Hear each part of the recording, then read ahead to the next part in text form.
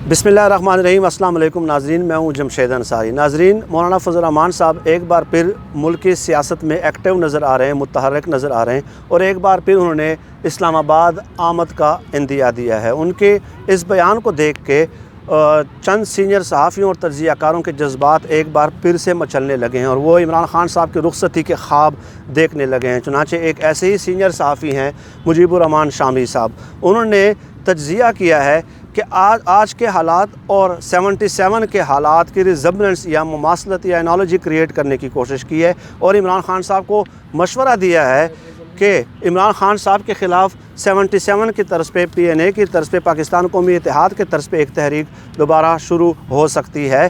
लिहाजा आज हम उनके इस तज्ज़िये का एनालिसिस करेंगे। उन्होंने दो दावे किए हैं। पहला दावा ये किया है कि 1977 में जो PNA तहरीक थी, जो सियासी जमातें मुत्तहिद हुई थी, उसकी एक बुनियादी वजह मेन फैक्टर महंगाई था। दूसरा ये कि उस वक्त भी सियासी जमातें स्कैटर्ड थी, मुंतशिर थी, मुत्तहिद नहीं थी। जिस तरह आज की सियासी जमातें मुंतशिर हैं, स्कैटर्ड है और एक जगह कंसंट्रेट नहीं कर रही या सियासी इत्तेहाद नहीं बना रही। और मुजीबुर रहमान शामी साहब के बकौल बैड परफॉर्मेंस की वजह से, जुल्फ़िकार अली भुट्टो के बुरी परफॉर्मेंस, बुरी कारकर्दगी की वजह से, महंगाई की वजह से वो तमाम सियासी जमातें एकदम से मुतहर्रिक होकर उन्होंने सियासी इत्तेहाद बना लिया और उन्होंने तहरीक शुरू करके जुल्फ़िकार अली भुट्टो को तख्ता-ए-दार तक पहुंचा दिया। अब एक बात क्लियर कर दूं कि पाकिस्तान की 77 तो दरकिनार, उसको तो एक साइड पर रख दें, वो तो माज़ी करीब का हिस्सा है। पूरे पाकिस्तान की पॉलिटिकल हिस्ट्री, सियासी तारीख़ का आप मुताला करें तो आज तक किसी एक हुक्मरान को भी महंगाई को बुनियाद बनाकर रुखसत नहीं किया गया। महंगाई को बुनियाद बनाकर कोई सियासी इत्तेहाद नहीं बने, ना ही आल पार्टीज़ कॉन्फ्रेंसेस हुई हैं, ना ही तहारीक चली हैं। चुनांचे मुजीबुर रहमान शामी साहब का ये दावा बिल्कुल अबताल बातिल है, हक़ाइक़ को मसख़ करने के मुतरादिफ़ है। दूसरी बात, जो सियासी जमातें जुल्फ़िकार अली भुट्टो के ख़िलाफ़ मुत्तहिद होती, उसकी बुनियादी वजह जुल्फ़िकार अली भुट्टो साहब का एक इंतकाम था, सियासी इंतकाम था एहतसाब की सूरत में। और उस वक्त आज अपोजिशन की जमातें चीख रही हैं, वावेला कर रही हैं, रो रही हैं और दुआई दे रही हैं कि इमरान खान साहब इंतकाम ले रहे हैं। लेकिन अगर उस वक्त के जुल्फ़िकार अली भुट्टो के एहतसाब को देखा जाए तो उस वक्त नैप, नेशनल अवामी पार्टी, एक सियासी जमात जिनकी हुकूमत थी बलूचिस्तान में भी और सूबा सरहद में भी, उन पे पाबंदी लगा दी गई, सियासी जमात को बैन कर दिया गया और खान अब्दुल वली खान जो उनके सरबराह थे उनको गिरफ़्तार करके हैदराबाद ट्रिब्यूनल के नाम से उन पर गद्दारी के मुकदमात कायम किए गए। न सिर्फ उन पे, नवाब खैर बख्श मरी, अताउल्लाह मैंगल, बड़े बड़े पिलर्स, बड़े बड़े सियासत के उफ़क़ पे चमकते हुए सितारे थे। उस वक्त ये एक जॉइंट थे सियासी उफ़क़ पे। उस वक्त उन पे मुकदमात कायम किए गए, गद्दारी के मुकदमात कायम किए गए। उन्होंने अदालतों में पेश होने की इजाज़त नहीं दी गई, ट्रायल किया गया, उनकी सियासी जमातों पे पाबंदियाँ लगाई गई। हयात शेरपाव, आफ्ताब शेरपाव के वालिद को बम ब्लास्ट में मारा गया पेशावर में। और उस वक्त न उनके अहल खाना को मिलने की इजाज़त होती थी, न पॉलिटिकल वर्कर्स को मिलने की इजाज़त होती थी, न सियासी रहनुमाओं को मिलने की इजाज़त होती थी। और आज आप एहतसाब देख लें कि एक मुलज़िम जब पेशी के लिए अदालत में जाता है तो एक पूरा लाओ लश्कर उनके साथ मौजूद होता है और वो जब अदालत में पेश होता है तो कैमरों के सामने विक्ट्री का निशान भी बनाता है, वो जो मुलज़िम जिसने अपने करप्शन का हिसाब देना है। और जब वो विक्ट्री का निशान बनाता है तो पूरा दिन हमारा मीडिया उनके विक्ट्री को निशान को देखकर पूरे पाकिस्तान की सियासी तारीख़ का एक हीरो बना के पेश किया जाता है। इसके अलावा उनकी ज़मानतों पे पूरा घंटा प्रोग्राम होते हैं उनकी तत्हीर के लिए, उनको पाक दामन, साफ़ सुथरा, नेक नीयत साबित करने के लिए, उनको पाकिस्तान का सबसे नेल्सन मंडेला साबित करने के लिए, चे गुवेरा साबित करने के लिए, फिडेल कास्ट्रो साबित करने के लिए, उनको सफाई देने के लिए एक्सक्लूसिव इंटरव्यूज़ किए जाते हैं। आज ये एहतसाब हो रहा है। एक फैक्टर नाज़रीन ये भी था कि उस वक़्त के सियासतदानों के कुछ उसूल थे, नज़रियात थे और वो उन्हीं पे कारबंद थे, उनके कुछ तरजीहात थे, कुछ अवामी मफाद की तरफ भी उनका टिल्ट था। चुनांचे बावजूद हज़ारों इख्तिलाफ़ात के जो मैंने आपको बताए, भुट्टो के ज़ात के साथ या किसी भी उस वक्त के सियासतदान के साथ इख्तिलाफ़ किया जा सकता है, लेकिन उन पे आज तक करप्शन के कोई चार्जेस नहीं है। चुनांचे आपने ओमनी ग्रुप, रक्शे फालूदे वाले के नाम पे अकाउंट्स खुलवाना, Chaudhry sugar mill, Ramzan sugar mill, रेवेंट के 25,000 कनाल पे मुहित महलात कैसे तामीर करने हैं, लंदन में फ्लैट्स कैसे बनाने हैं, ये किसे आपको उन सियासतदानों, आप किताबें पढ़ लें, तारीख़ की किताबें पढ़ लें, उनके हालात ज़िंदगी पढ़ लें, लेकिन ये वाक़यात और यही वजह है कि जब ذوالفقار علی بھٹو صاحب کی حکومت ختم ہوئی اور جنرل ضیاء الحق نے ان کے خلاف ایک وائٹ پیپر شائع کیا جو 300 صفحات پہ محیط تھا، لیکن اس 300 صفحات کے وائٹ پیپر میں بھٹو پہ، ذوالفقار علی بھٹو پر ایک بھی کرپشن کا الزام نہیں لگایا گیا تھا اس وائٹ پیپر میں۔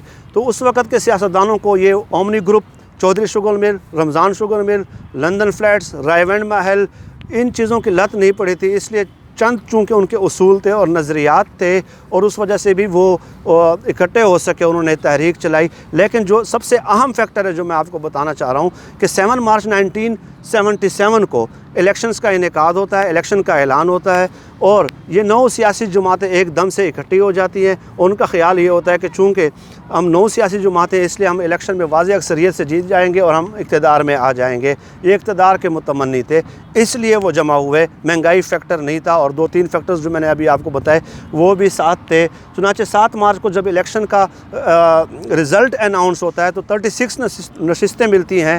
یہ جو پی این اے کے رہنما ہیں، 9 سیاسی پارٹیاں تھیں اس وقت، مفتی محمود صاحب بھی شامل تھے، مولانا میاں طفیل بھی، مولانا مودودی بھی، شاہ احمد نورانی بھی، نوابزادہ نصر اللہ خان بھی، یہ سارے بڑے لوگ اس میں شامل تھے۔ تو جب ان کو شکست ہوتی ہے تو 14 مارچ 1977 یعنی کہ 6 دن بعد یہ اسمبلیوں کا حلف نہیں لیتے بلکہ پروٹیسٹ شروع کر دیتے ہیں، اعلان شروع کر دیتے ہیں کہ ہم دھاندلی زدہ الیکشن کو نہیں مانتے اور اسمبلی میں حلف نہیں لیں گے۔ پورے ملک میں ایک تحریک شروع ہو جاتی ہے اور مجیب الرحمان شامی صاحب نے یہ بھی ثابت کرنے کی کوشش کی تھی کہ وہ بہت پاپولر اور بڑی عوامی موومنٹ تھی، اس لیے لوگ جوک در جوک اس میں شریک ہوئے۔ ایسا نہیں تھا۔ جب 14 مارچ کو تحریک شروع ہوئی 1977 کو، تو اس میں یہ جو 3 مذہبی رہنما ہیں، مولانا مفتی محمود، میاں طفیل، مولانا مودودی، شاہ احمد نورانی، انہوں نے دیکھا کہ عوام میں اس قدر پذیرائی نہیں ہے اس تحریک کی، چنانچہ انہوں نے اس تحریک کو مذہبی رنگ دینا شروع کر دیا۔ یعنی آپ اٹھے اس لیے تھے، یہ جو پی این اے کے رہنما ہے، کہ الیکشن میں دھاندلی ہوئی ہے اور دھاندلی زدہ الیکشن ہمیں قبول نہیں ہے، چنانچہ فوراً ان 3 سیاسی جماعتوں نے اعلان کر دیا کہ یہ تحریک نظام مصطفیٰ ہے، ہم نظام مصطفیٰ کا نفاذ چاہتے ہیں، ہمیں کوئی الیکشن نہیں چاہیے، ہمیں کوئی اقتدار نہیں چاہیے، ہم نظام مصطفیٰ کا نفاذ چاہتے ہیں۔ اگر یہ عوامی تحریک ہوتی تو وہ اس دھاندلی کے خلاف شروع ہونے والی تحریک کو نظام مصطفیٰ کا نام کبھی بھی نہ دیتے۔ یہ بھی فیکٹس کو ڈسٹارٹ کیا ہے مجیب الرحمان شامی صاحب نے۔ اور صرف یہی نہیں ناظرین، میں آپ کو بتاؤں کہ ان 3 سیاسی مذہبی جماعتوں نے، جو مفتی محمود صاحب کی تھی اور جو باقی 2 میں نے نام بتائے ہیں، انہوں نے باقاعدہ مساجد سے اعلانات کرائے کہ آپ ان ریلیوں میں، ان مجالس میں، ان پروٹیسٹ میں آپ شامل ہو۔ چنانچہ لاہور کی جامع مسجد شہداء جو ہے، اس سے باقاعدہ اعلانات ہوتے رہے کہ نظام مصطفیٰ کی تحریک شروع ہو گئی ہے اور بھٹو میں نفاذ نہیں کرنے دے رہے اسلامی نظام کا، آپ آئیں اس میں شامل ہو جائے۔ اور صرف یہی نہیں، اس سے بھی بڑھ کے یہ کہ مؤذنوں کو باقاعدہ اپنے جلسوں میں پیسے دے کے اذان دینے کے لیے بلایا جاتا تھا۔ اور جب ذوالفقار علی بھٹو نے یہ دیکھا کہ اس تحریک نے اب مذہبی رنگ اختیار کر لیا ہے، کیونکہ اس عوام کو اگر پذیرائی ہوتی تو مذہبی رنگ اختیار کرنے کی ضرورت نہیں تھی، مذہبی رنگ اختیار کر دیا۔ ذوالفقار علی بھٹو صاحب نے سیکشن 144 نافذ کر دیا پورے ملک میں کہ یہ پروٹیسٹ نہ کر سکیں۔ چنانچہ ان مولویوں نے کیا کیا؟ ان مولویوں نے جو مجیب الرحمان شامی صاحب کی آج یہ خواہش ہے کہ اسی طرز پہ تحریک شروع ہوئی ہے، اس تحریک میں یہ ہوا تھا کہ مساجد میں اعلانات ہو رہے ہیں، تو ان مولویوں نے سیکشن 144 کا توڑ یہ نکالا کہ اعلان کر دیا، فتویٰ جاری کر دیا کہ جو لوگ بھی ہمارے جلسوں میں شرکت کرنے کے لیے آئیں وہ قرآن مجید گلوں میں لٹکا کے آئیں، کیونکہ اگر سیکیورٹی اہلکار، پولیس کے اہلکار، ایف سی کے اہلکار، فوج کے اہلکار آپ کے اوپر فائرنگ کریں گے تو ہم کہیں گے کہ خدا نہ خواستہ انہوں نے توہین مذہب کی ہے، توہین قرآن کی ہے، قرآن مجید کی، قرآن پاک کی بے حرمتی کی ہے۔ اور آج مجیب الرحمان شامی صاحب جو ہے پھر یہ خواہش دل میں لیے بیٹھے ہیں کہ اس قسم کی تحریک پھر سے چلنے لگ جائے۔ خدا را مجیب الرحمان شامی صاحب آپ اپنی زندگی اس ملک میں گزار چکے ہیں اور پتہ نہیں اللہ پاک آپ کو لمبی زندگی دے، لیکن ہماری نسلوں نے اس ملک میں زندگی گزارنی ہے، انہیں امن سے جینے دیں، چین سے جینے دیں اور پازیٹیو اور پروڈکٹیو سیاست کرنے دیں۔ اللہ ہم سب کا حامی و ناصر ہو۔ اللہ حافظ۔